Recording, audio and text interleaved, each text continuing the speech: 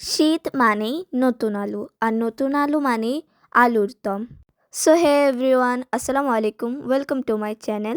তো আলুর দমের জন্য প্রথমে আলুগুলোকে লবণ হলুদ মাখিয়ে ভেজে নেব। এরপর একটা কড়াইতে তেল, শুকনো মরিচ, তেজপাতা আর পাঁচফোড়ন দিয়ে ওগুলোকে একটু লাল লাল করে ভেজে নেব। এরপর এখানে দিয়ে দেব কাঁচামরিচ আর পেঁয়াজ।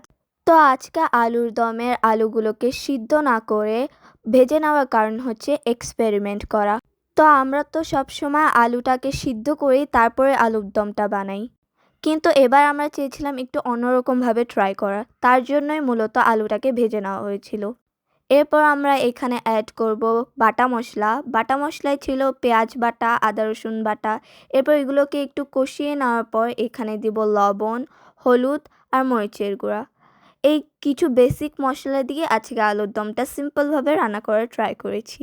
এরপর এখানে একটু পানি দিয়ে মশলাগুলোকে কষিয়ে নেব। মশলাটাকে কিছুক্ষণের জন্য কষিয়ে নেওয়া হয়ে গেলে এখানে আমরা অ্যাড করব কেটে রাখা টমেটো।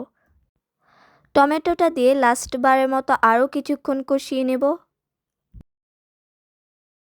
টমেটোটা মশলার সাথে কষানো হয়ে গেলে আমরা এখানে অ্যাড করে দেব ভেজে রাখা আলুগুলো।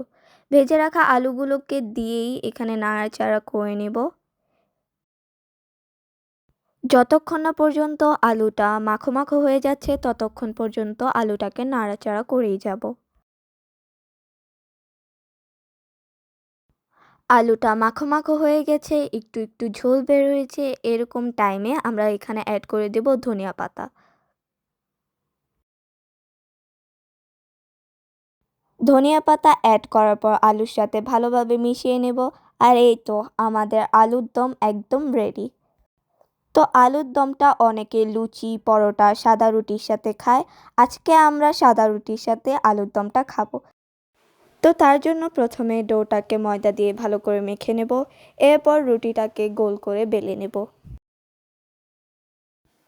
রুটিটা গোল করে বেলা হয়ে গেলে এবার রুটিটাকে ভাজতে চলে যাব। তো এই জন্য প্রথমে আমি রুটিটাকে কড়াইতে দিয়ে দিয়েছি। এরপর এই পাশ ও পাশ উল্টে উল্টে ভালো করে রুটিটাকে ভেজে নিয়েছি। রুটিটা কত ফুলকো ফুলকো হয়েছে। আর এভাবে আমি সবগুলো রুটিকে ভেজে নিয়েছি। আর এখন আমাদের আলুর দম আর রুটি একদম রেডি। এই তো আমার আলুর দম আর আমার রুটি। এগুলো খেতে এত মজা হয়েছিল, একবার হলে এরকম আলুকে ভেজে তারপর আলুর দম বানিয়ে খাবেন। অনেক মজা, সিম্পলের উপর অনেক মজা হয়েছে খেতে।